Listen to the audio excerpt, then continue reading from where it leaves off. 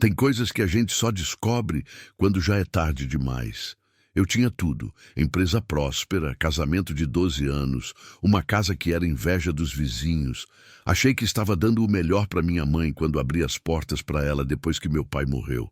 Mas naquela madrugada de quinta-feira, quando cheguei 2 dias antes da viagem e subi as escadas no escuro, quando empurrei a porta do quarto e vi minha esposa com um travesseiro sobre o rosto da minha mãe, eu entendi que às vezes a gente abriga o perigo dentro da própria casa. E o pior, eu tinha visto os sinais. Eu só não quis enxergar. Essa história precisa ser contada, porque negligência afetiva também mata. Se você já sentiu que deveria ter prestado mais atenção em alguém que amava, fica comigo até o final. Deixa nos comentários de onde você está assistindo e se essa história tocar você de alguma forma, deixa um like para que mais pessoas possam refletir sobre isso. A casa sempre tinha sido grande demais para 2 pessoas. Agora, para 3, parecia menor a cada dia. Não era uma questão de espaço físico. A casa tinha 400 metros quadrados, distribuídos em 2 andares, 4 suítes, sala de estar, sala de jantar, escritório, lavabo, cozinha planejada com ilha central e uma área gourmet que dava para o jardim com piscina. Ricardo tinha comprado o imóvel 5 anos atrás, quando a construtora dele começou a decolar de verdade. Era um símbolo. Prova de que o filho do seu Albertino, que tinha trabalhado a vida inteira como mestre de obras, tinha conseguido ser mais que o pai. Mas agora, com Dona Helena morando ali, a casa parecia ter encolhido. Não por causa dela, mas por causa do silêncio que ela trazia. Um silêncio pesado, carregado de coisas não ditas, de passos abafados, de portas fechadas devagar para não incomodar. Dona Helena acordou às 5:30 da manhã como sempre. O despertador do celular nem tinha tocado ainda. Aos 78 anos, o corpo dela já não obedecia mais ao luxo de dormir até tarde. As articulações reclamavam quando ela se sentou na cama. O joelho esquerdo estalou. A lombar protestou. Mas Helena não fez barulho. Nunca fazia. O quarto que Ricardo tinha preparado para ela ficava no fundo do corredor do 2º andar. Era bonito. Tinha uma cama box queen size com colchão novo, um guarda-roupa de 6 portas, uma penteadeira que Patrícia tinha escolhido numa loja de móveis planejados e até banheiro privativo com box de vidro e ducha. As paredes eram bege claro, as cortinas brancas, tudo neutro, tudo impessoal. Helena tinha tentado trazer algumas coisas da casa antiga, o abajur que seu Albertino tinha dado para ela no aniversário de 30 anos de casamento, o tapete de crochê que a mãe dela tinha feito. A foto deles dois na formatura do Ricardo. Mas Patrícia tinha dito, com aquele sorriso que não chegava nos olhos, que a decoração da casa seguia uma linha minimalista escandinava e que talvez fosse melhor manter as lembranças guardadas para não destoar do conjunto. Então Helena guardou. As lembranças ficaram dentro das caixas, no fundo do guarda-roupa. E o quarto continuou bonito, impessoal. Como um quarto de hotel caro onde você dorme bem, mas nunca se sente em casa. Ela levantou devagar, testando o peso nas pernas antes de ficar completamente de pé. A tontura que tinha aparecido nas últimas semanas estava ali de novo, leve, mas presente. Deve ser a pressão, pensou. Fazia tempo que ela não ia no médico. Ricardo tinha dito que ia marcar uma consulta, mas com a agenda dele sempre cheia, acabava ficando para depois. Vestiu o roupão azul marinho que tinha trazido da casa antiga. Aquele onde o Albertino sempre dizia que ela ficava bonita. O tecido estava desbotado. A barra, um pouco desfiada, mas era dela, era seu. Antes de sair do quarto, Helena parou na porta. Escutou. A casa estava em silêncio. Patrícia ainda dormia. Ricardo também. Ela podia descer. A escada era larga, com degraus de mármore travertino e corrimão de inox. Helena segurava firme, pisando devagar em cada degrau. Não porque tinha medo de cair, mas porque o barulho dos chinelos no mármore ecoava demais, e ela não queria acordar ninguém. Quando chegou na cozinha, eram 5h40. Ainda estava escuro lá fora. Helena acendeu só a luz de cima da pia, aquela pequenininha de LED, para não iluminar a sala e não acordar ninguém que porventura tivesse descido durante a noite. Foi até o armário onde ficavam as xícaras, pegou aquela de porcelana branca, lisa, sem desenho. Não pegava mais a xícara que tinha trazido de casa, aquela com flores amarelas que a comadre tinha dado de presente. Patrícia tinha dito que as xícaras antigas não combinavam com o jogo de jantar e que era melhor usar as da casa para manter a harmonia visual da cozinha. Helena tinha guardado a xícara de flores no fundo do armário, junto com as lembranças. Fez café no coador de pano, daqueles antigos que ela tinha usado a vida inteira. A máquina de cápsulas da Patrícia ficava ali na bancada, reluzente, moderna, com 12 tipos diferentes de café importado numa gaveta lateral. Mas Helena nunca tinha aprendido a usar. E toda vez que perguntava, Patrícia suspirava daquele jeito, um suspiro longo, cansado, como se ensinar a sogra a usar uma máquina de café fosse o peso mais insuportável do mundo. Então, Helena continuava com o coador de pano. Esquentava a água na chaleira elétrica, despejava devagar, esperava o café pingar. O cheiro subia pela cozinha, forte, familiar. Cheiro de casa, de antes. Sentou na banqueta alta da ilha da cozinha, aquela de corino bege que Patrícia tinha comprado num outlet de móveis de luxo. A ilha era enorme, granito cinza polido. 4 banquetas. Espaço para 6 pessoas comerem confortavelmente. Mas Helena sempre sentava na mesma, a do canto, a mais perto da parede, a que ocupava menos espaço. Tomou o café olhando pela janela de vidro que dava para o jardim. O sol ainda não tinha nascido. Lá fora, o jardim que o paisagista vinha a cada 15 dias cuidar era impecável. Grama cortada na altura exata. Flores plantadas em canteiros simétricos. Pedras decorativas portuguesas formando um caminho até a piscina. Nada que precisasse da mão dela. Nada que pedisse a presença dela. Pegou o celular. Era um modelo simples, daqueles que Ricardo tinha comprado para ela 2 anos atrás, dizendo que era melhor ter o WhatsApp para a gente conversar. Helena sabia usar o básico, mandar mensagem, ver foto, ligar. Ricardo tinha mandado mensagem na noite anterior. 11h23. Helena sabia porque ela olhava o celular toda hora quando o filho estava viajando. A mensagem dizia: "Mãe, reunião aqui em Brasília foi bem, contrato fechado, volto sábado à noite, beijo." Ela tinha respondido com um emoji de coração. Ele não tinha visto ainda. O visto por último mostrava que ele tinha entrado no WhatsApp às 11h28, mas não tinha aberto a conversa dela. Helena guardou o celular no bolso do roupão. Terminou o café, levantou devagar da banqueta, lavou a xícara na pia, enxugou com o pano de prato que ficava pendurado no gancho, guardou no armário exatamente no mesmo lugar onde tinha pegado. Limpou o coador de pano, jogou o pó do café no lixo, pendurou o coador no varalzinho ao lado do fogão. Olhou em volta. A cozinha estava exatamente como antes dela descer. Sem rastro, sem bagunça, sem sinal de que alguém tinha estado ali. Apagou a luz da pia. Subiu a escada de novo, segurando no corrimão, pisando devagar. Entrou no quarto, fechou a porta sem fazer barulho e se deitou na cama de novo, esperando o tempo passar até a hora que Patrícia acordasse e ela pudesse descer de novo sem cruzar com ninguém. Eram 6h15 da manhã. Patrícia acordou às 7h20, como sempre.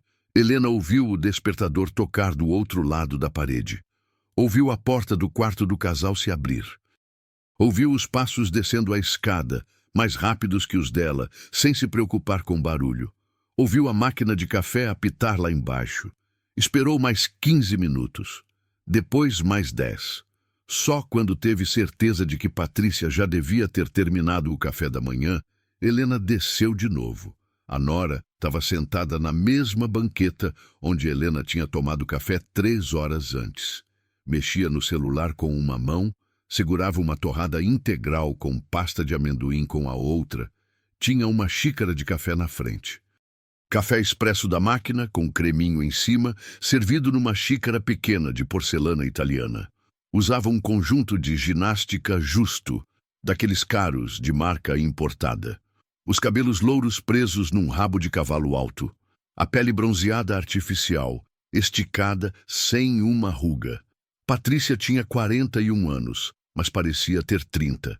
Isso porque ela investia nisso. Academia todo dia. Nutricionista, dermatologista, esteticista, pilates. Tudo pago com o dinheiro que Ricardo ganhava na construtora. Bom dia, Helena disse baixinho, quase pedindo licença para entrar na própria cozinha. Patrícia levantou os olhos do celular por exatamente 2 segundos. Bom dia. Seco. Funcional.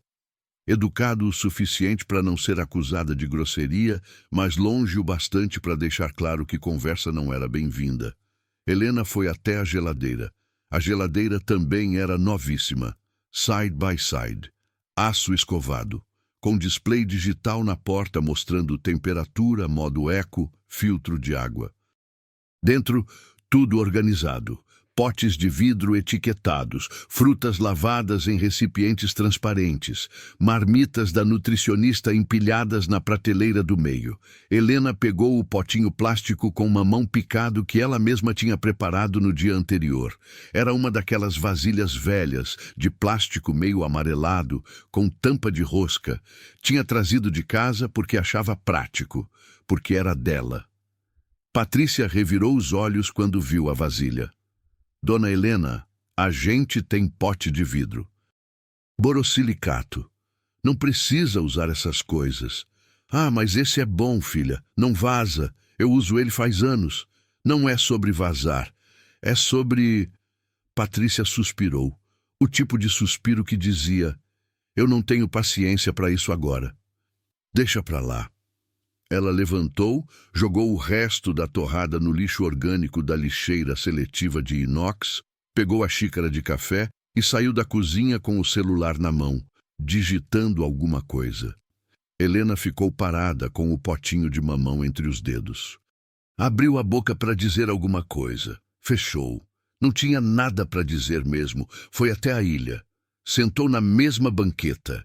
Abriu o potinho, comeu 3 pedaços de mamão. O estômago pesou. Ela não estava com fome. Nunca estava mais. Guardou o potinho de volta na geladeira, pegou a xícara branca de novo, fez mais uma xícara de café no coador, tomou rápido, lavou, guardou. Olhou para o relógio da parede. 7h50. Subiu para o quarto de novo. A rotina de Dona Helena na casa do filho era feita de pequenas ausências calculadas. Ela tinha mapeado os horários de Patrícia com a precisão de quem estuda o comportamento de um animal selvagem. Sabia que a nora descia às 7h20. Sabia que ela saía para a academia às 8h30. Sabia que ela voltava às 10. Saía de novo ao meio-dia e ia almoçar com as amigas ou fazer compras. Voltava às 2. Às 5, saía de novo para Pilates.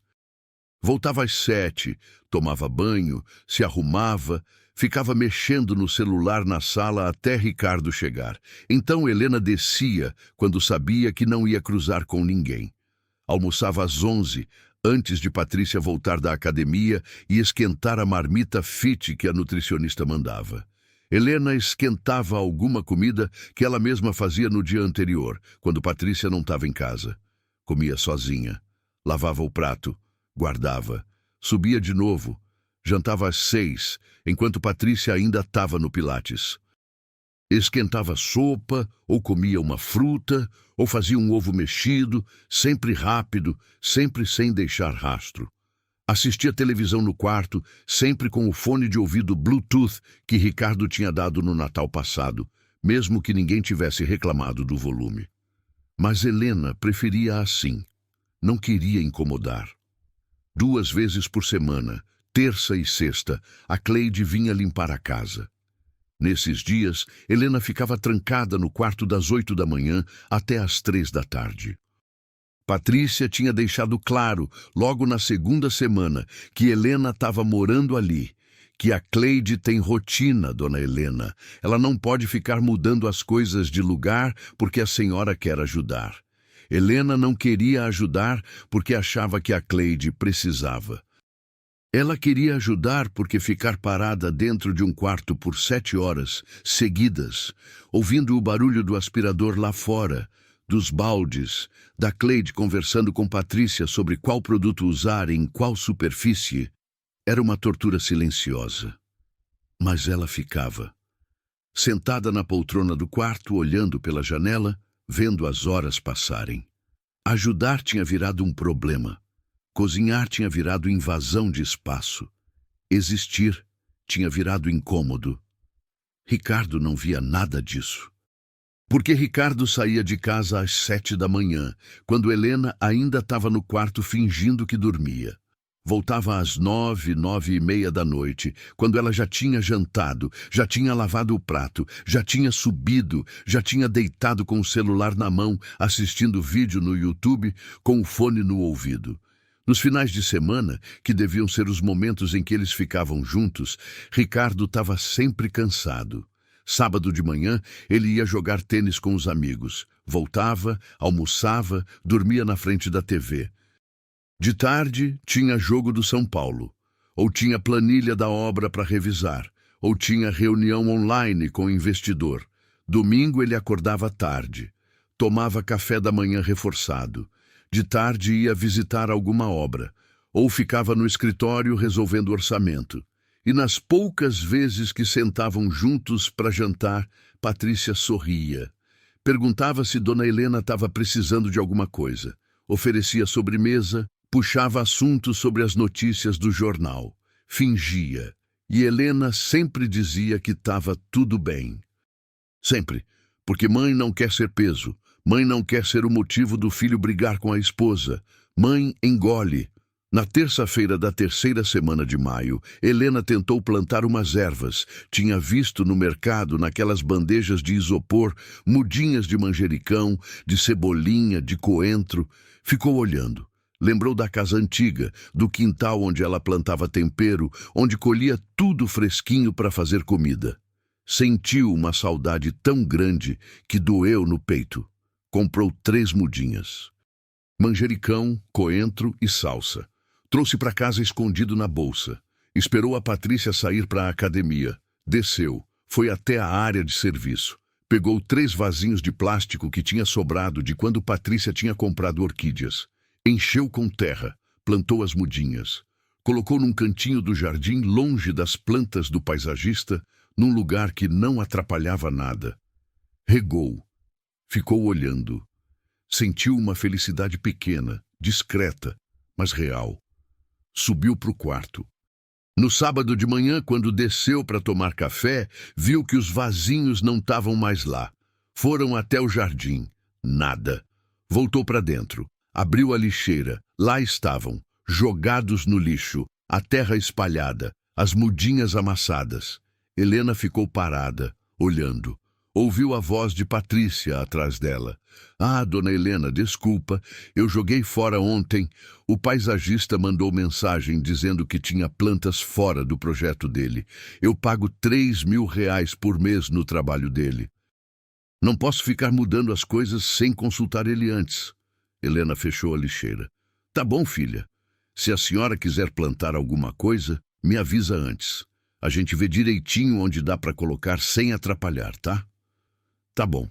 Patrícia sorriu. Voltou para a sala. Helena subiu para o quarto, sentou na beirada da cama. Chorou baixinho, com a mão na boca, para ninguém ouvir. Na quinta-feira seguinte, Helena acordou com dor de cabeça. Não era a primeira vez. Nas últimas 3 semanas, as dores tinham ficado mais frequentes. Começava como uma pressão leve na testa. Depois, espalhava. Ficava latejante. Às vezes durava o dia inteiro. Ela achava que era da pressão, ou da idade, ou do estresse. Vai saber. Foi até a mesinha de cabeceira. Abriu a gaveta. Lá dentro tinha os remédios que o Dr. Campos tinha passado na última consulta, 6 meses atrás. Tinha 3 frascos. Ela pegou 2 comprimidos brancos, pequenos. Tomou com água. Deitou de novo. A tontura veio logo depois. Mais forte que antes. Fechou os olhos. Esperou passar. Adormeceu sem perceber. Quando acordou, o sol estava alto. Ela olhou para o relógio. 12:15. Isso era estranho. Helena nunca dormia até tarde. Levantou. A cabeça girou, segurou na parede, esperou. A tontura diminuiu, mas não passou completamente. Foi até o banheiro, jogou água no rosto, olhou no espelho. O rosto estava pálido, olheiras profundas, lábios sem cor. Tô ficando velha rápido, pensou. Desceu para a cozinha. A casa estava vazia, Patrícia devia ter saído. Esquentou uma sopa que tinha sobrado. Sentou na ilha. Conseguiu tomar 3 colheradas. O estômago revirou. Levantou, jogou o resto fora. Lavou o prato, guardou. Subiu de novo, deitou de novo, dormiu de novo. Quando o celular tocou, já era de noite. Helena demorou para entender onde estava. Pegou o telefone. A tela acesa machucava os olhos. Era Ricardo. Mãe! Oi, filho. Tá tudo bem? A voz da senhora tá estranha. Eu tô meio gripada, acho. Nada demais. A senhora tomou alguma coisa? Tomei, filho. Tomei o remédio que o Dr. Campos passou. Tá se cuidando direitinho, tomando bastante líquido? Tô, filho. Pode ficar tranquilo. A Patrícia tá aí? Helena olhou para o quarto vazio. Escutou. A casa estava em silêncio. Acho que ela saiu. Não sei. Mãe, escuta. Eu ia voltar só sábado, mas consegui antecipar a reunião de amanhã. Vou pegar um voo mais cedo. Chego sexta de noite. O peito de Helena apertou. Não de alívio, de culpa. Porque a primeira coisa que ela pensou foi: ele vai ver que eu tô mal, vai ficar preocupado. Vai brigar com a Patrícia. Vai ter que escolher. Não precisa, filho. Fica aí. Resolve suas coisas com calma. Já tá resolvido, mãe. Amanhã eu tô aí. Vou chegar tarde, mas vou. Tá bom, filho. Qualquer coisa, liga pra Patrícia, viu? Pede pra ela te levar no médico se piorar. Tá bom. Beijo, mãe.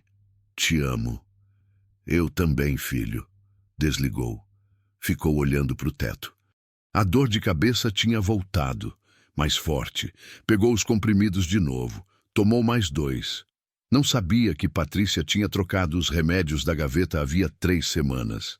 Não sabia que aqueles comprimidos brancos não eram para pressão. Não sabia que, naquela noite, enquanto ela dormia pesado demais, Patrícia estava no andar de baixo, sentada no sofá da sala de estar, olhando para o teto também, pensando, calculando, esperando. Na sexta-feira de manhã, Helena não acordou às 5:30. Não acordou às 7. Não acordou às 9. Não acordou ao meio-dia. O corpo dela estava na cama, deitado de lado, respirando devagar. Devagar demais, fundo demais, como se estivesse afundando num sono que não era natural. O rosto estava pálido. Os lábios quase roxos, as mãos frias. Patrícia subiu ao 12:15. Empurrou a porta do quarto devagar. Espiou. Viu a sogra deitada, imóvel. Ficou parada na porta por 1 minuto inteiro, só olhando. Depois entrou. Fechou a porta atrás de si. Devagar, sem fazer barulho. Sentou na beirada da cama. Ficou olhando para Helena. A respiração dela era tão fraca que quase não se via o peito subir e descer. Patrícia pegou o travesseiro que estava do lado vazio da cama, segurou com as 2 mãos, olhou para a porta, olhou para Helena e pensou: acabou.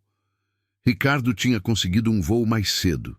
Em vez de chegar às 10 da noite, como tinha dito para a mãe, conseguiu remarcar para um voo que aterrissou às 2 da manhã de sexta para sábado. Pegou um Uber direto do aeroporto, cansado, mas aliviado por estar voltando para casa. A rua estava vazia. As casas todas apagadas. Só a luz do poste iluminando a calçada. Quando entrou, a sala estava escura, silenciosa. Subiu a escada sem acender a luz, sem fazer barulho. Patrícia devia estar dormindo. Ele ia tomar um banho rápido e cair na cama. Mas quando passou pelo corredor, viu uma fresta de luz embaixo da porta do quarto da mãe. Estranhou. Por que a luz estava acesa àquela hora? Empurrou a porta e viu Patrícia em pé ao lado da cama, um travesseiro nas mãos. Helena deitada, o rosto virado para o lado, parada demais. O cérebro de Ricardo demorou 2 segundos para processar a cena. Depois ele gritou: "Sai de cima dela!" Ricardo não pensou. O corpo agiu antes do cérebro terminar de processar o que os olhos estavam vendo. Cruzou o quarto em 3 passos largos, arrancou o travesseiro das mãos de Patrícia com tanta força que ela cambaleou para trás e bateu no guarda-roupa. O travesseiro voou para o outro lado do quarto. Ricardo se abaixou sobre a mãe. "Mãe! Mãe!" O rosto de Helena estava virado para o lado esquerdo. Os olhos fechados, a boca entreaberta. Um fio de saliva tinha escorrido pelo canto dos lábios e manchado o lençol. A pele estava pálida, com um tom acinzentado que Ricardo nunca tinha visto antes. Os lábios quase roxos. Ricardo segurou o pulso da mãe com a mão direita, procurando a pulsação. Os dedos tremiam tanto que ele não conseguia sentir nada. Apertou mais. Mudou a posição. Tentou de novo. Nada. Ou tinha alguma coisa tão fraca que ele não conseguia identificar. Ela está respirando, ela está respirando. Patrícia estava encostada no guarda-roupa, as mãos ainda levantadas na altura do peito, na mesma posição de quem segurava alguma coisa. Os olhos arregalados, a boca aberta. Mas nenhum som saindo. Ricardo colocou o ouvido no peito da mãe, encostou de lado tentando escutar por cima do barulho do próprio coração batendo nos ouvidos. Ouviu. Fraco, lento, irregular, mas estava lá. O coração ainda batia. "Chama a ambulância!"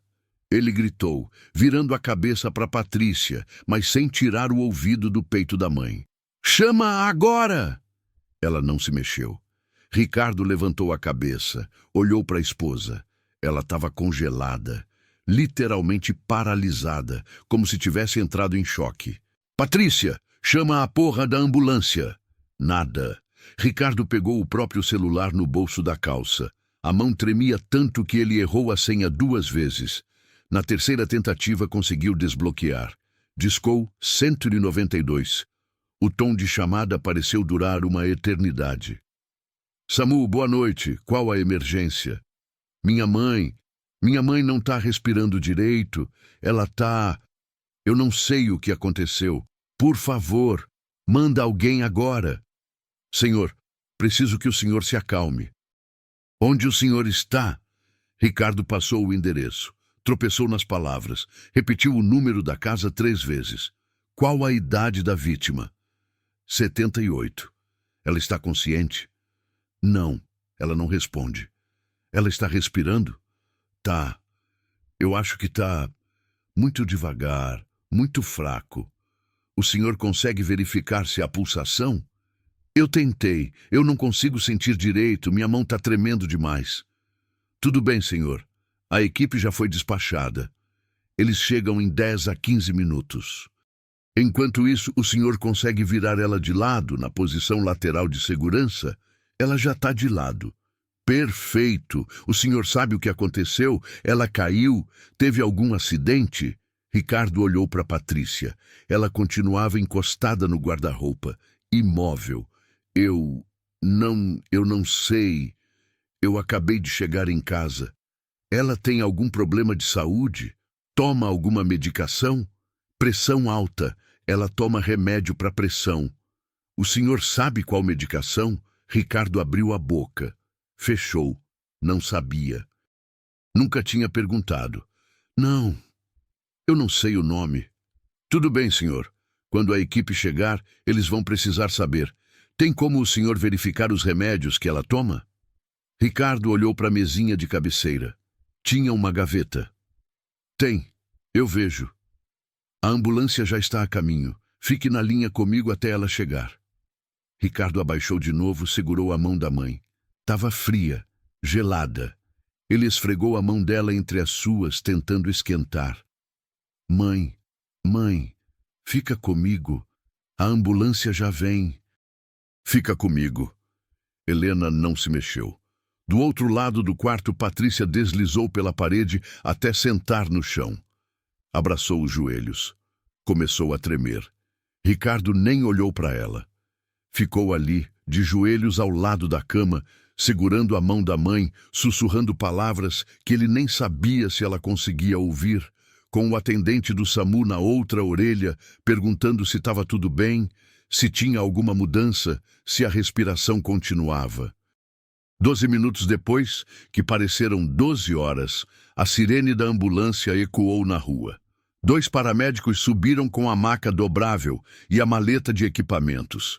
O mais velho, um homem de uns 50 anos, com cabelo grisalho e olheiras profundas, se abaixou ao lado de Helena, checou as pupilas com uma lanterninha, mediu a pressão, colocou o oxímetro no dedo, ouviu o coração com o estetoscópio.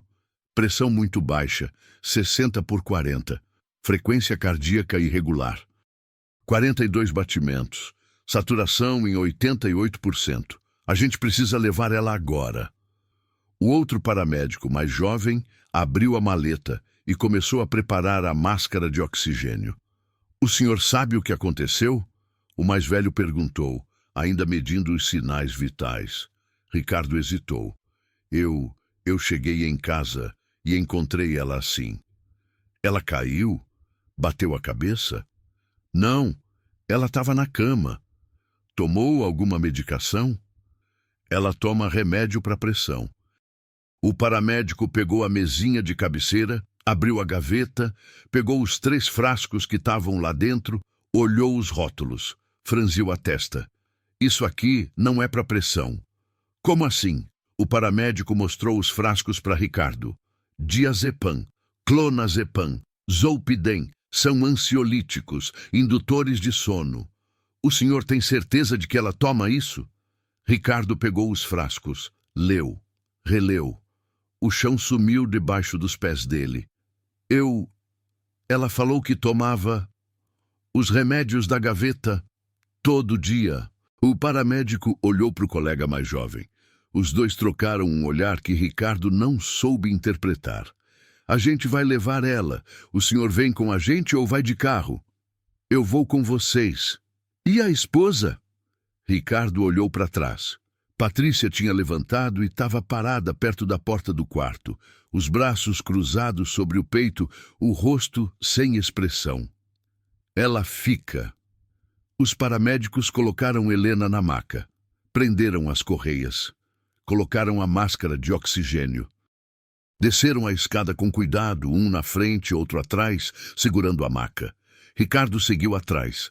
Antes de sair, virou para Patrícia. A gente vai conversar. Ela não respondeu. Ele desceu.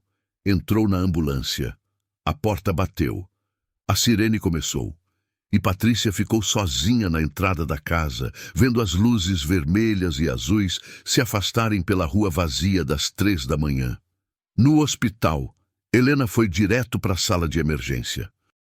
Ricardo ficou do lado de fora, andando de um lado para o outro no corredor branco que cheirava a desinfetante, as mãos nos bolsos, a cabeça explodindo de pensamentos que não faziam sentido, imagens que não se encaixavam, Patrícia com o travesseiro, a mãe sem respirar, os remédios errados. Ele tentou ligar para Patrícia, chamou 3 vezes. Ela não atendeu, mandou mensagem. Onde você está? Nada. Mandou outra. Responde. Nada. Bloqueou o celular. Colocou no bolso. Uma enfermeira passou pelo corredor, viu ele andando de um lado para o outro e perguntou se ele queria água. Ele disse que não. Ela voltou 2 minutos depois com um copo descartável mesmo assim e colocou numa mesinha ao lado da cadeira. Ele nem tocou no copo. 20 minutos depois, uma jovem médica saiu da sala de emergência. Devia ter uns 30 e poucos anos. Cabelo preto preso num coque, jaleco branco amassado, estetoscópio pendurado no pescoço. Olheiras que mostravam que aquele não era o primeiro plantão seguido dela. "Senhor Ricardo?" "Sou eu. Como ela tá?" A médica olhou para o tablet que segurava. "Estável, por enquanto. Conseguimos estabilizar a pressão e a frequência cardíaca. Ela está sedada agora. A gente fez os primeiros exames de sangue e de imagem. E o quadro dela é preocupante. A pressão arterial tinha despencado. O ritmo cardíaco estava muito irregular. Os níveis de oxigênio no sangue estavam perigosamente baixos. Se o senhor não tivesse chegado quando chegou..." Ela não terminou a frase. Não precisava. Ricardo sentiu as pernas fraquejarem. Segurou na parede. "Mas o que causou isso? Ela caiu? Teve um AVC? Ainda estamos investigando. O senhor disse que ela tem histórico de pressão alta, certo?" "Tem, faz anos." "E toma medicação controlada?" "Toma. Todo dia." "O senhor sabe qual medicação?" Ricardo esfregou o rosto. "Eu não sei o nome exato, mas ela toma certinho. Na gaveta do quarto dela tem os remédios." Eu vi. Os paramédicos trouxeram os frascos. A médica deslizou o dedo na tela do tablet, leu alguma coisa, voltou a olhar para Ricardo. "Senhor Ricardo, os medicamentos que estavam na gaveta não são para hipertensão." "Eu sei", os paramédicos falaram, "mas não entendo. Ela sempre tomou os remédios da gaveta. Quando foi a última vez que o senhor viu quais medicamentos sua mãe estava tomando?" Ricardo abriu a boca, fechou, pensou. Não lembrava. Quando a mãe tinha chegado para morar com eles, ele tinha levado ela no médico. O Dr. Campos tinha passado as receitas. Patrícia tinha ido buscar na farmácia. Tinha guardado os remédios na gaveta do quarto da mãe. Isso tinha sido em março, 3 meses atrás. Desde então, Ricardo nunca mais tinha checado. Faz um tempo." A médica suspirou. "Vou ser direta com o senhor. Os exames de sangue mostram níveis muito elevados de benzodiazepínicos e hipnóticos. Substâncias que não fazem parte do tratamento para a hipertensão. Sua mãe estava tomando sedativos em doses que não condizem com o histórico médico dela." "Como assim?" "Alguém trocou a medicação que ela deveria estar tomando." Silêncio. Ricardo piscou. Tentou processar. Não conseguiu. Isso não faz sentido." "Quem faria isso?" "Eu não sei, senhor Ricardo, mas preciso que o senhor entenda a gravidade da situação. O quadro que sua mãe apresenta é compatível com intoxicação medicamentosa progressiva. Isso não acontece de um dia para o outro. É algo construído ao longo de semanas, possivelmente meses." A sala começou a girar.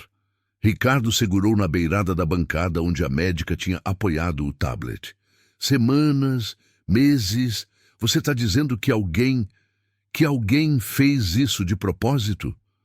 "Eu não posso afirmar intenção, mas posso afirmar que houve substituição de medicação.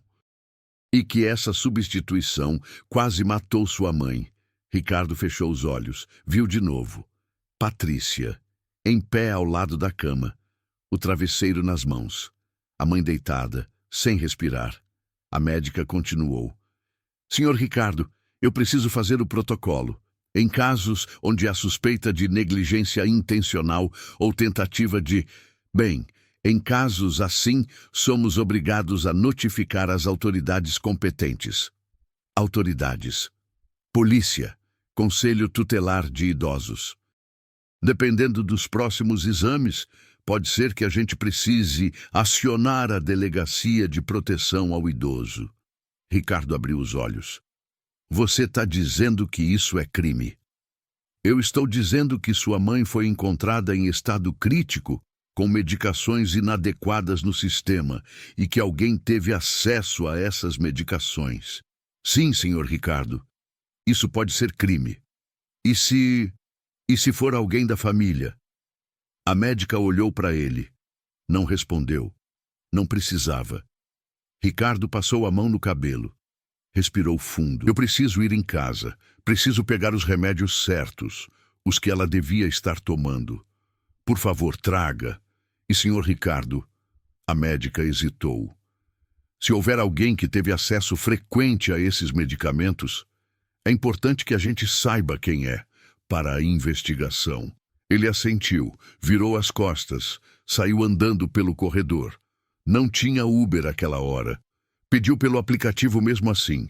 Demorou 15 minutos para aparecer um motorista disponível. Durante esses 15 minutos, Ricardo ficou sentado no banco de concreto do lado de fora do pronto-socorro, olhando para o céu que começava a clarear, pensando nas últimas semanas, nos últimos meses, em como a mãe tinha ficado mais quieta, mais apagada, mais ausente, em como ele tinha achado que era normal. Luto, velhice, adaptação, em como ele nunca tinha perguntado direito se ela estava bem. Quando o Uber chegou, Ricardo entrou no banco de trás e deu o endereço. O motorista tentou puxar conversa. Ele não respondeu. Ficou olhando pela janela, vendo a cidade despertar, pensando em como tinha sido cego. Quando Ricardo chegou em casa, o sol já tinha nascido. A porta da frente estava destrancada. Ele entrou devagar. A sala estava em silêncio, as luzes apagadas, tudo exatamente como tinha deixado 3 horas antes. Patrícia? Nada. Subiu a escada. O quarto do casal estava vazio, a cama intocada. As roupas que Patrícia tinha usado no dia anterior, jogadas na poltrona do canto. Ela não tinha dormido ali. Ricardo foi até o quarto da mãe. A porta continuava aberta. A cama desfeita. O travesseiro que ele tinha arrancado das mãos de Patrícia ainda estava no chão, encostado na parede do fundo. Entrou. Foi direto para a mesinha de cabeceira. Abriu a gaveta de novo. Os 3 frascos continuavam lá, exatamente onde os paramédicos tinham deixado. Pegou um por um. Diazepam, 10 ml. Caixa com 30 comprimidos, fabricado em janeiro. Validade, janeiro de 2027. Clonazepam, 2 dendribilhos. Caixa com 30 comprimidos. Fabricado em fevereiro. Validade, fevereiro de 2027. Zolpidem, 10 ml. Caixa com 20 comprimidos. Fabricado em março. Validade, março de 2027. Todos recentes, todos comprados nos últimos meses. Ricardo virou as caixas. Procurou por receita médica. Nada. Abriu o armário do banheiro da mãe. Lá no fundo, empurrados para o canto de trás, atrás dos cremes, dos shampoos, das escovas de dente, encontrou mais 2 frascos.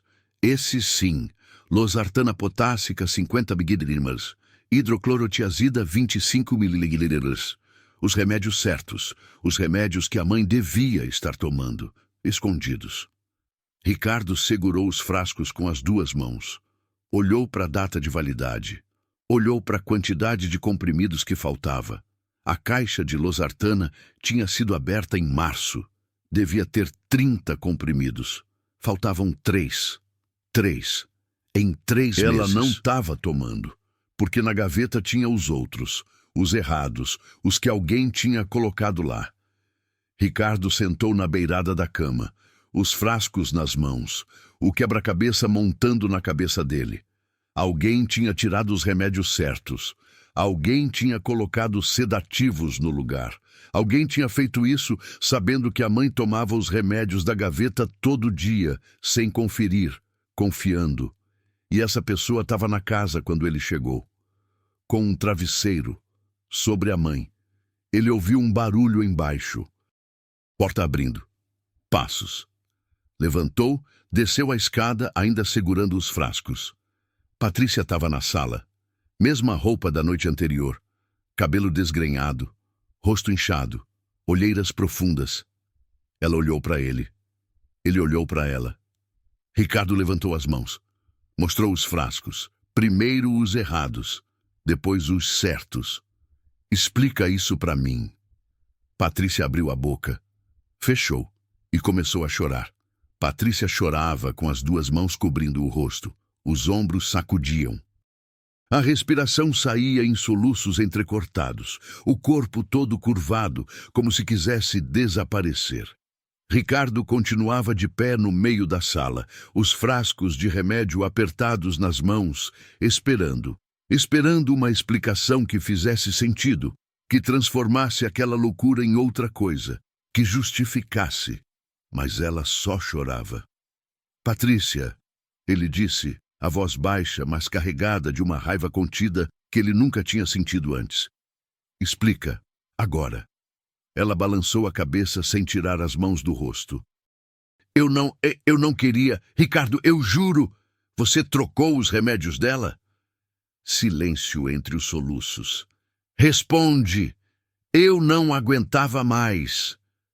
Patrícia tirou as mãos do rosto de repente, o grito explodindo. O rosto vermelho, molhado de lágrimas, os olhos inchados. Eu não aguentava mais ela aqui, nessa casa, todo santo dia, andando com aquela cara de coitada, suspirando, fazendo barulho no meio da noite, invadindo o meu espaço. Ricardo deu um passo para trás, como se as palavras fossem um soco físico. Invadindo. Você está ouvindo o que você está falando? Você não entende. Patrícia se levantou do sofá onde tinha se jogado, os braços abertos, desesperada. Você sai todo dia às 7 da manhã e volta às 9 da noite. Você viaja, fecha contrato, resolve suas coisas. E eu fico aqui, presa, com ela andando pela casa como um fantasma, fazendo comida fedorenta, usando vasilha velha, plantando mato no meu jardim. Ela é coitada, ela perdeu meu pai, ela ficou sozinha. E eu perdi meu casamento. A frase caiu entre eles como uma bomba. Ricardo piscou. O quê? Desde que ela entrou aqui, você só vê ela. Só pergunta dela. A mãe tá bem? Você conversou com a mãe? Deixa comida pra mãe. Eu virei empregada da sua mãe, Ricardo. Eu virei nada nessa casa. Você virou uma assassina. Patrícia recuou como se tivesse levado um tapa. Eu não... Você tentou matar minha mãe. Eu não ia fazer isso. Eu vi, Patrícia. Eu vi você com o travesseiro na cara dela. Ela já estava desmaiada. Patrícia gritou de volta, as mãos apertando os próprios cabelos. Eu subi para ver se ela estava bem, ela não acordava, eu fiquei desesperada. Eu peguei o travesseiro para terminar o serviço. Patrícia parou. Os braços caíram. Olhou para ele. Não negou. Ricardo sentiu o estômago revirar. Quanto tempo? Ele perguntou, a voz saindo num sussurro áspero. Quanto tempo você vem dando remédio errado para ela? Patrícia baixou os olhos. Responde. Algumas semanas. Quantas? Eu não sei. Talvez 2 meses. Ricardo jogou os frascos no sofá. 2 meses. Você passou 2 meses envenenando minha mãe. Eu não estava envenenando. Eram só remédios para dormir, para ela ficar mais quieta, para não me irritar tanto. E o travesseiro? Isso também era só para ela ficar quieta? Patrícia fechou os olhos. As lágrimas continuavam escorrendo. Quando vi ela desmaiada, eu pensei que seria mais fácil, que seria a solução. A solução? A solução para quê? Para eu ter minha vida de volta, para você voltar a me olhar, para essa casa voltar a ser nossa. Ricardo balançou a cabeça, rindo sem achar graça. Um riso amargo, cansado. Você tá maluca. Você tá completamente maluca. Eu fui empurrada para isso. Patrícia abriu os olhos de novo, deu um passo na direção dele. Você nunca me perguntou se eu queria ela aqui. Você simplesmente trouxe. Minha mãe vai morar com a gente. Ponto. Sem discussão, porque ela é minha mãe, porque ela precisava. E eu precisava também. Eu precisava do meu marido, não de um filho que traz a mãe para morar junto sem nem perguntar para a esposa. Então era só você falar, era só você ter dito que não queria. Eu disse, Patrícia berrou. Mas naquela noite, quando você falou que ela ia vir, eu disse que achava complicado, que a gente devia procurar um lugar para ela, um apartamento perto, uma casa menor. E você disse o quê? Patrícia, é minha mãe, ela não vai morar sozinha. Ricardo abriu a boca para rebater, mas a memória veio, ela estava certa, ele tinha dito isso e tinha encerrado o assunto.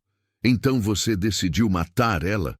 Eu não decidi matar ninguém, as coisas foram acontecendo. Primeiro eu só queria que ela dormisse mais, ficasse mais tempo no quarto, não descesse tanto. Depois eu não sei. Foi ficando pior. E hoje, quando vi ela lá, desmaiada, eu pensei que ela não terminou. Não precisava. Ricardo passou a mão no rosto, respirou fundo. Sai da minha frente. Ricardo, sai! Patrícia recuou. Ricardo passou por ela sem olhar, subiu a escada, entrou no quarto do casal e bateu a porta tão forte que o quadro da parede tremeu. Ficou parado no meio do quarto, as mãos na cintura tentando respirar, tentando não gritar, tentando não vomitar. Pegou o celular, ligou para o hospital, a telefonista transferiu para a enfermagem. Uma enfermeira atendeu. Queria saber da dona Helena Ferreira. Deu entrada hoje de manhã. Um momento, barulho de teclado, silêncio. Ela está estável, sedada, sem previsão de alta ainda. Posso visitar? Horário de visita começa às 14h. Tá bom, obrigado. Desligou. Olhou para o relógio. 8h40 da manhã. Mais de 5 horas até poder ver a mãe. Sentou na beirada da cama, colocou as mãos na cabeça. E pela primeira vez, em 12 anos de casamento, Ricardo pensou seriamente em ligar para a polícia para denunciar a própria esposa. Mas antes de fazer isso, ele precisava entender, precisava saber tudo. Durante os 3 dias seguintes, Helena ficou internada na UTI. Ricardo praticamente morou no hospital. Dormia numa poltrona desconfortável do lado de fora da unidade, acordava com o pescoço doendo e as costas reclamando, tomava café ruim da máquina de 25 centavos, voltava para a poltrona. Patrícia não apareceu. Ela tinha saído de casa no dia seguinte ao confronto. Ricardo tinha ouvido ela mexendo no quarto de hóspedes, abrindo gavetas, arrastando mala. Quando desceu, ela já tinha ido. Deixou as chaves da casa em cima da mesa da sala. Mandou mensagem dizendo que ia ficar na casa da irmã. Ele não respondeu. No segundo dia, a médica chamou Ricardo para uma conversa no consultório dela. Sua mãe está respondendo bem ao tratamento. Conseguimos reverter a intoxicação. Retiramos a sedação hoje de manhã. Ela acordou. Ricardo sentiu o peito desapertar pela primeira vez em dias. Ela está bem? Ela está estável, mas preciso ser honesta com o senhor. Há sequelas neurológicas. O aperto voltou. Que tipo de sequela? Perda de memória recente, dificuldade de concentração, desorientação temporal, tremores leves nas mãos. A fala está um pouco arrastada. Isso vai passar? A médica hesitou. Pode ser temporário. Pode ser permanente. Casos de intoxicação prolongada por benzodiazepínicos afetam o cérebro de formas que a gente ainda não compreende completamente. Alguns pacientes se recuperam totalmente, outros carregam as sequelas para sempre. Ricardo fechou os olhos. Ela pode ter visita? Pode. Mas não force. Deixe ela ir no ritmo dela. Se ela ficar confusa, não insista. Se ela não quiser falar, não pressione. Tá bom. Ele foi até o quarto da UTI. A enfermeira deixou entrar, mas pediu para ele não demorar muito. Helena estava deitada na cama hospitalar, com fios e tubos conectados. O monitor ao lado apitava num ritmo constante. O rosto ainda estava pálido, mas os olhos estavam abertos. Quando viu Ricardo, ela tentou sorrir. Um sorriso fraco, torto, mas real. Oi, filho. A voz saiu arrastada, como se a língua pesasse. Ricardo puxou a cadeira de plástico, sentou ao lado da cama e segurou a mão da mãe. A mão dela tremeu levemente dentro da dele. Oi, mãe. Como a senhora está se sentindo? Cansada, confusa. O que aconteceu? Ele não soube o que dizer. Não podia falar a verdade. Não ainda.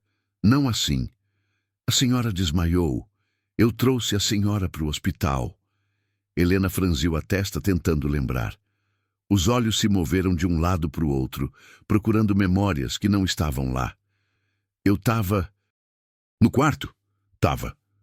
E a Patrícia? Ricardo sentiu a garganta apertar. Ela não está aqui agora. Helena fechou os olhos. Uma lágrima escorreu pelo canto e molhou o travesseiro. Eu sabia. Ela sussurrou. Sabia o quê, mãe? Que ela não gostava de mim. Mãe, eu tentei não atrapalhar. Filho, eu juro, tentei sumir. A senhora não tinha que sumir. A senhora é minha mãe. Helena abriu os olhos de novo. Olhou para o filho com uma tristeza tão profunda que doeu. Você estava tão feliz.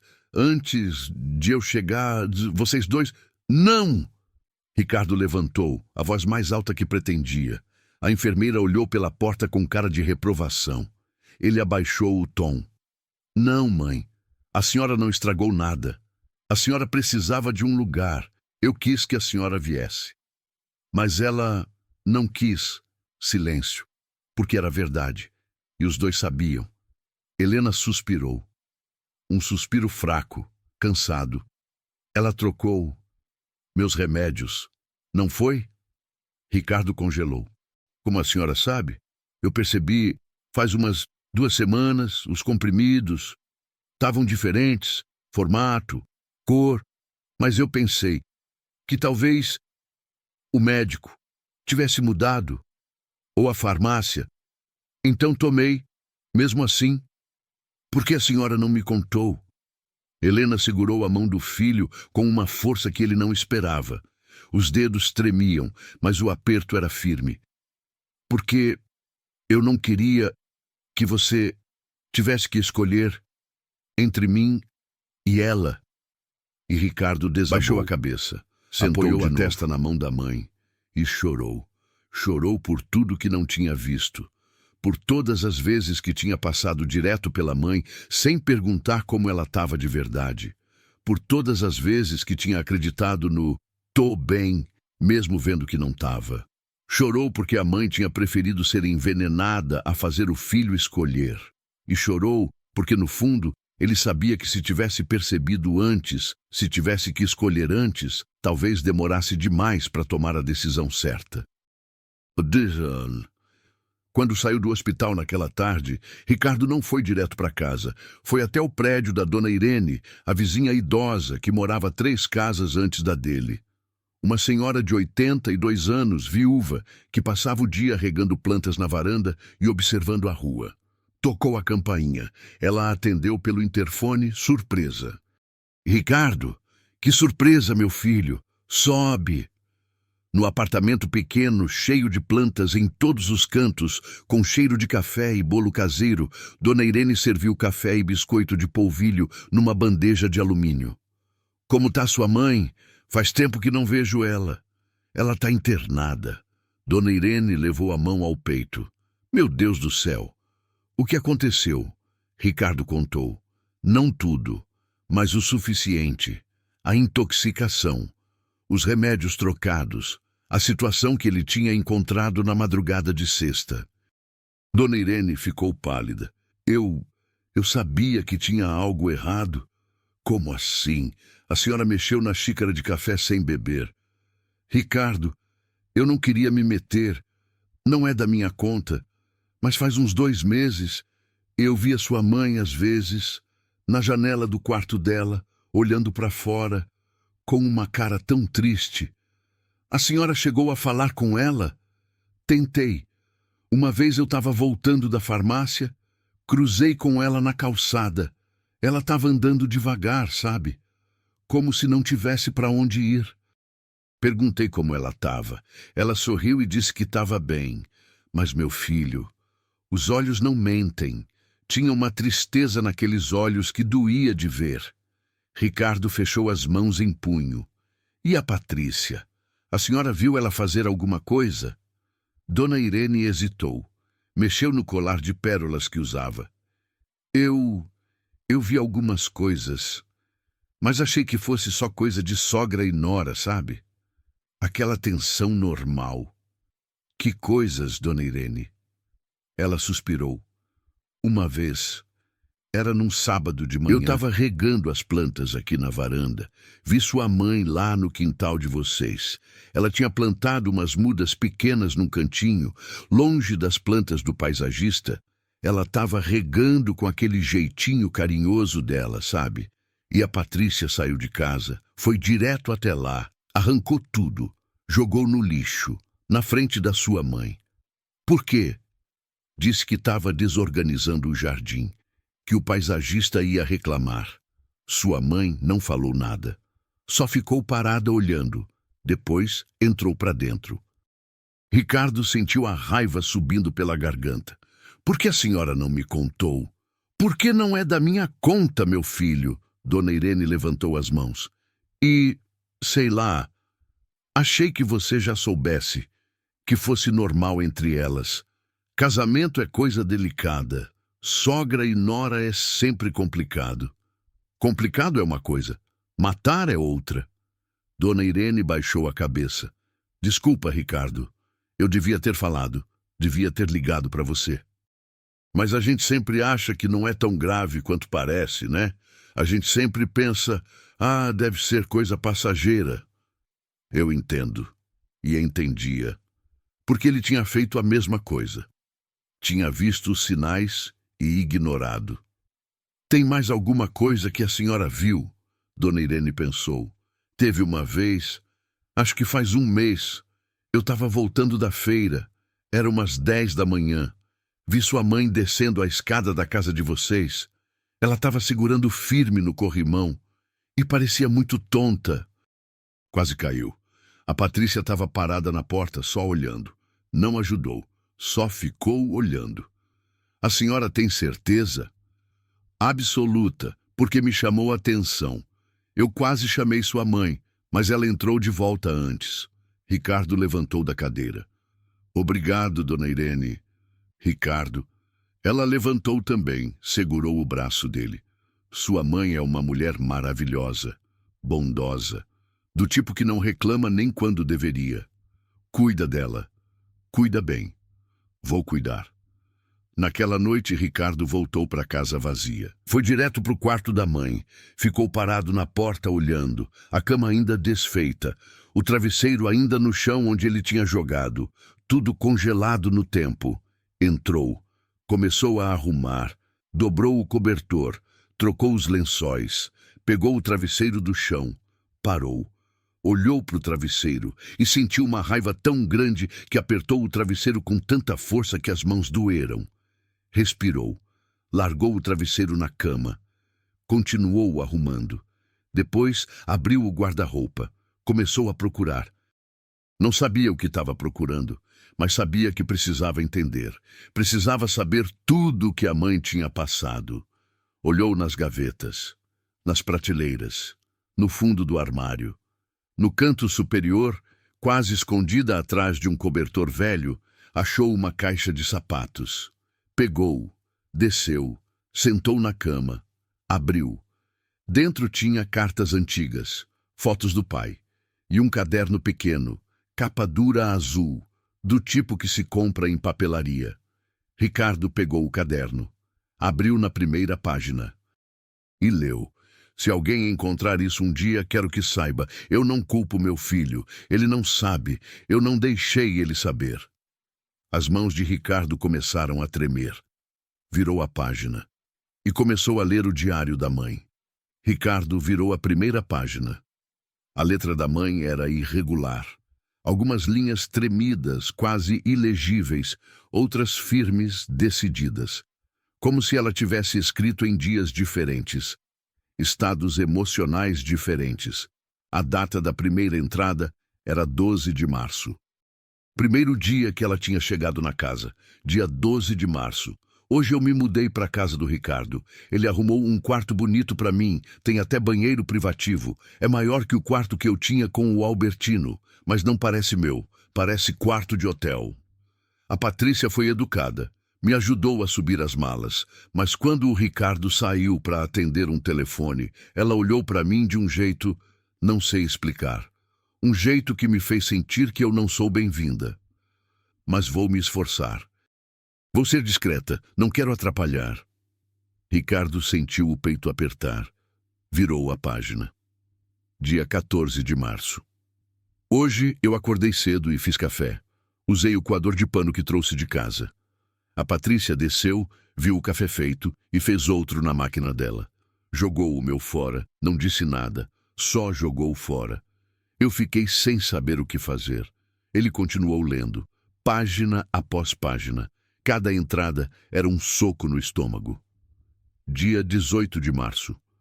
Fiz bolo de fubá para o Ricardo. Daqueles que ele adorava quando era pequeno. A Patrícia jogou no lixo. Disse que ela estava de dieta. Disse que eu precisava avisar antes de cozinhar. Subi para o quarto e chorei.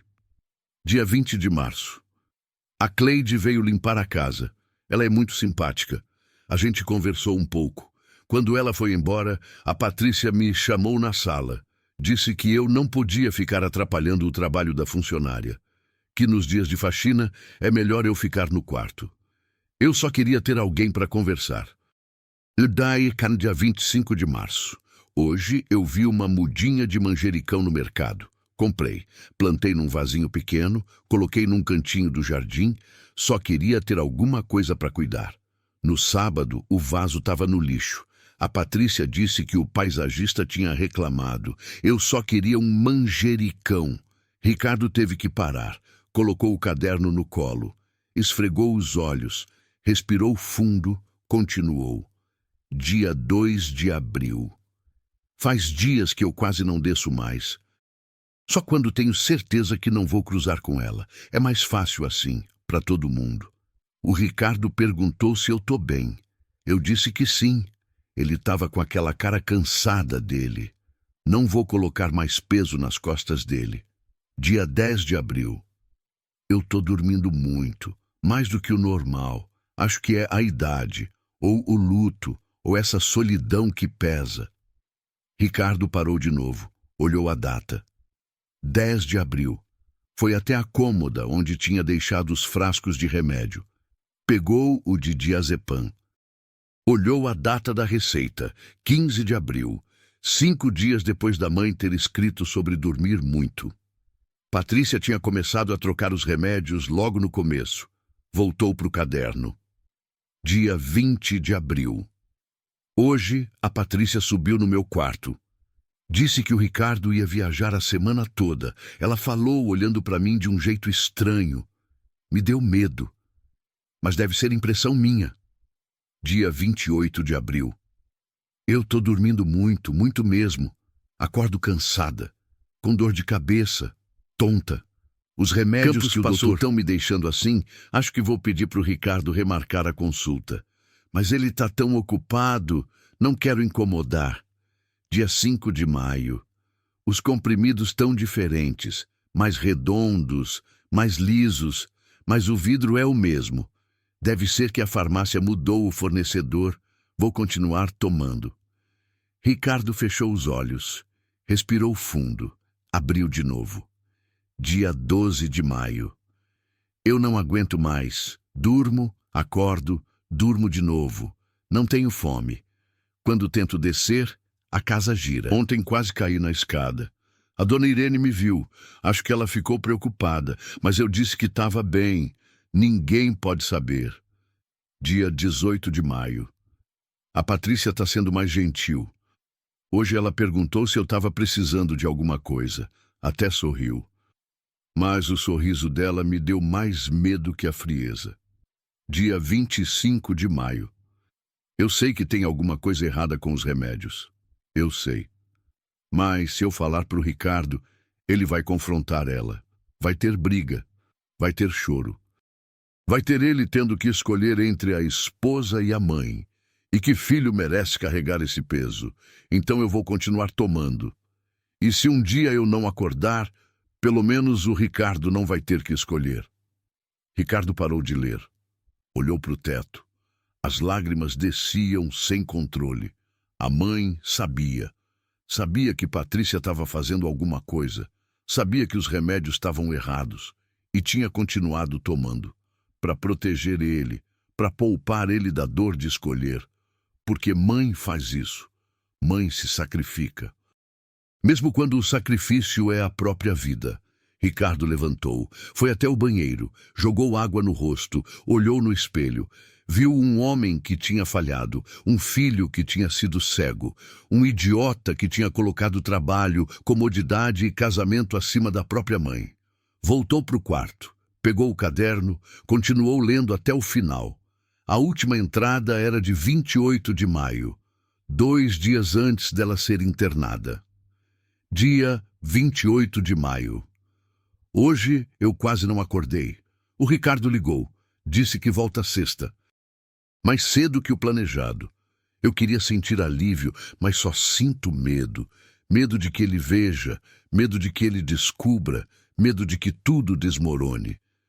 Às vezes eu penso, será que seria mais fácil se eu simplesmente não estivesse mais aqui?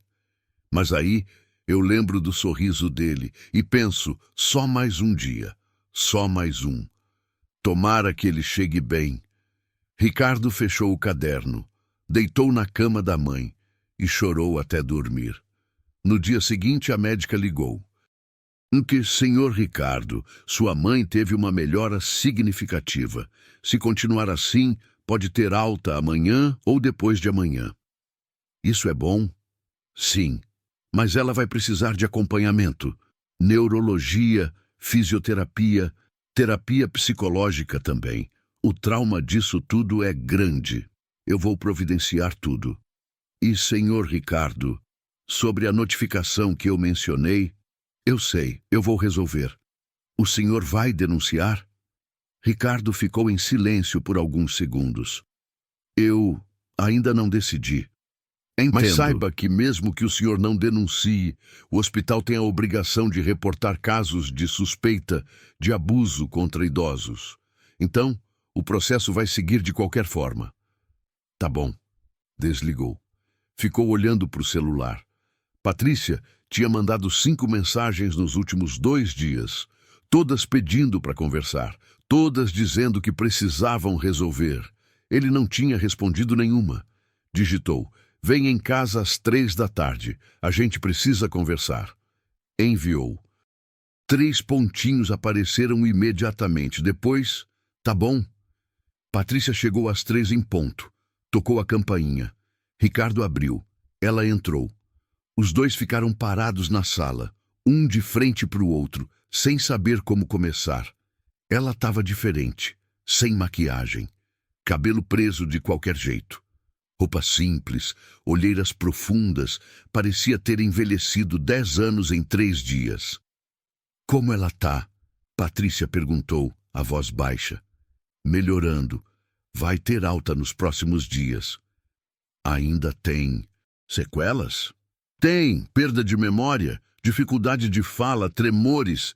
Pode ser permanente." Patrícia baixou a cabeça. "Ricardo, eu não sei o que dizer." "Não tem nada para dizer." "Tem, sim, tem muita coisa. Eu quero te pedir perdão. Eu sei que o que eu fiz foi imperdoável, mas eu não estava pensando direito. Você estava o quê, Patrícia? Estressada, cansada, com ciúmes?" "Eu estava desesperada." Ela levantou a voz. "Eu perdi meu marido. Você virou filho dela de novo e eu virei nada. Ela é minha mãe. Como você queria que eu tratasse ela? Com respeito, mas sem me esquecer. Eu não te esqueci. Esqueceu, sim." Patrícia deu um passo na direção dele. "Quando foi a última vez que a gente jantou junto? Só nós dois?" Quando foi a última vez que você me perguntou como foi o meu dia? Quando foi a última vez que você me olhou de verdade? Ricardo abriu a boca. Fechou, porque ela estava certa. Ele tinha se afastado, não tinha sido de propósito, mas tinha acontecido. Mas isso não justificava.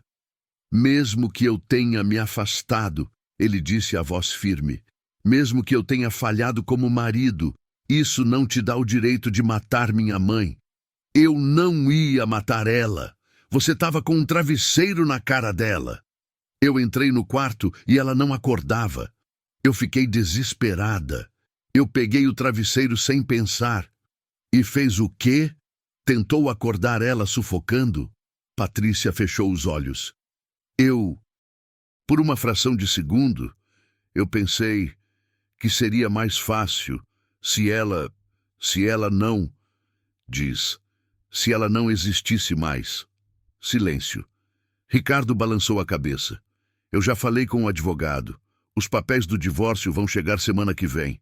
Patrícia abriu os olhos. As lágrimas começaram a descer. Ricardo, a gente pode tentar terapia de casal, conversar, reconstruir. Não, por favor. Você quase matou minha mãe, Patrícia.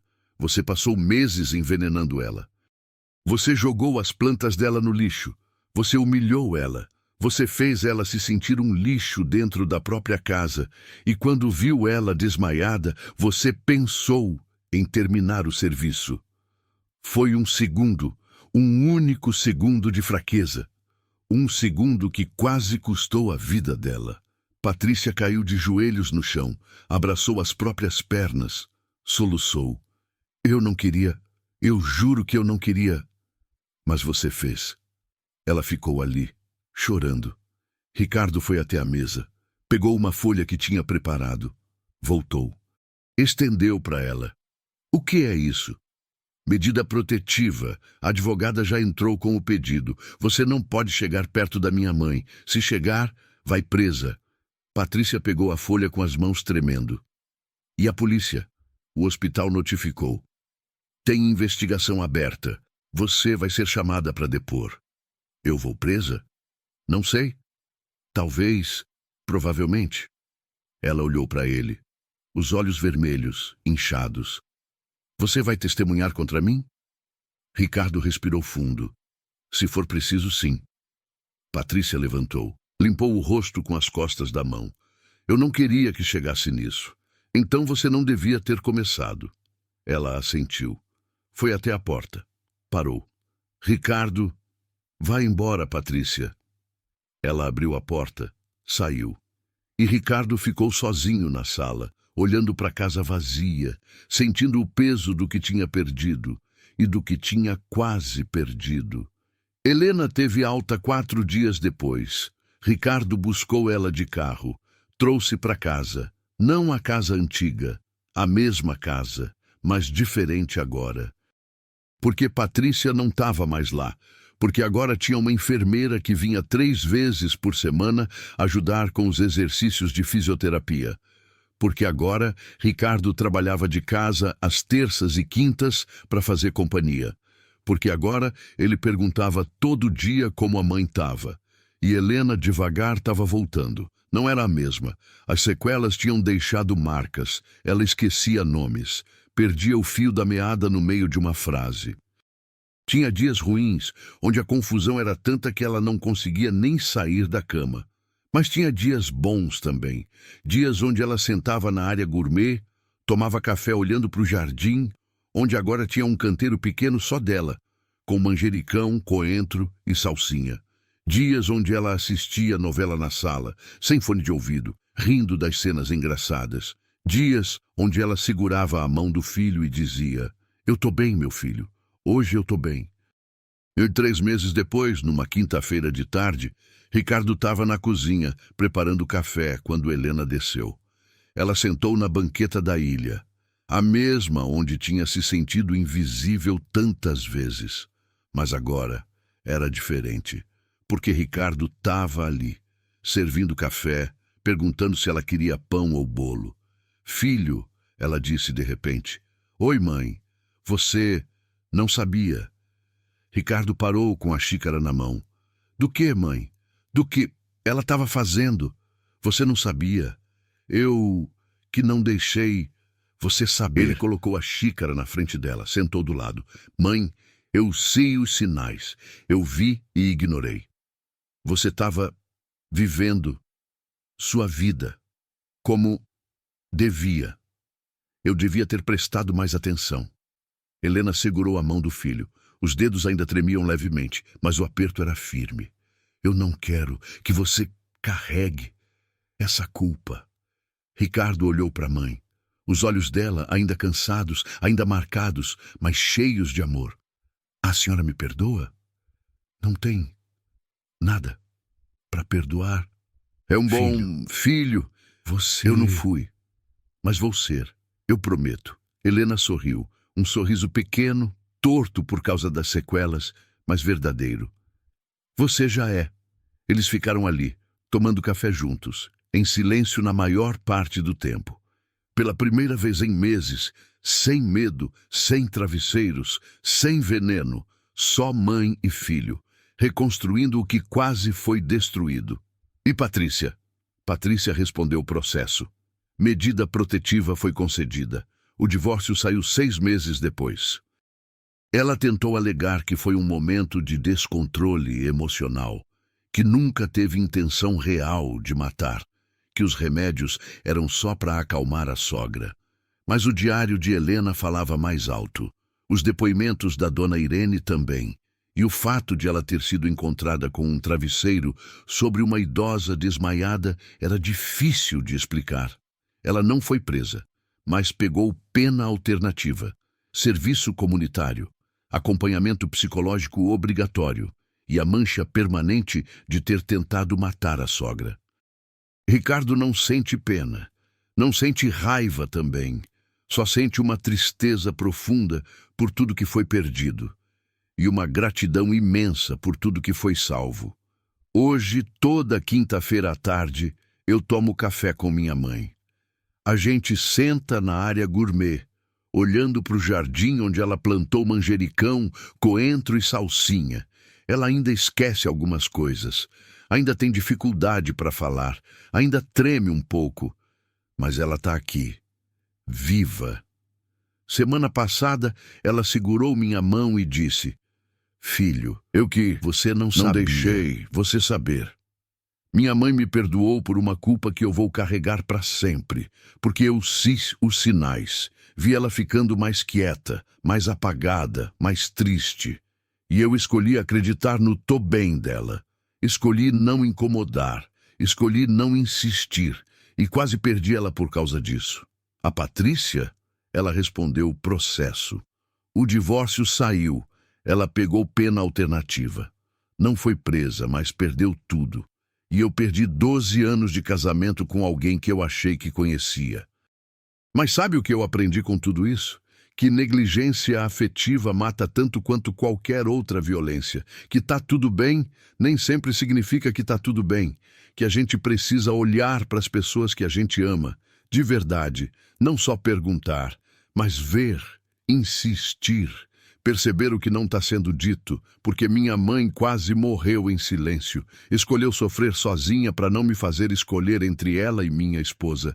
E eu fui cego o suficiente para não perceber. Se você tem alguém que você ama, mas que anda quieto demais, triste demais, distante demais, não espera a tragédia bater na porta. Faz alguma coisa hoje. Liga, visita, insiste, pergunta de novo. E de novo, até ter certeza de que a pessoa está realmente bem. Porque às vezes a diferença entre salvar alguém e perder alguém é só ter coragem de ver o que está bem na nossa frente.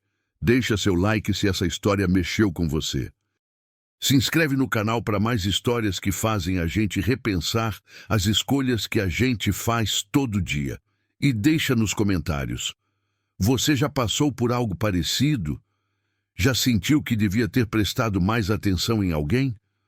Vamos conversar sobre isso, porque histórias assim precisam ser contadas, para que ninguém mais tenha que aprender do jeito mais difícil.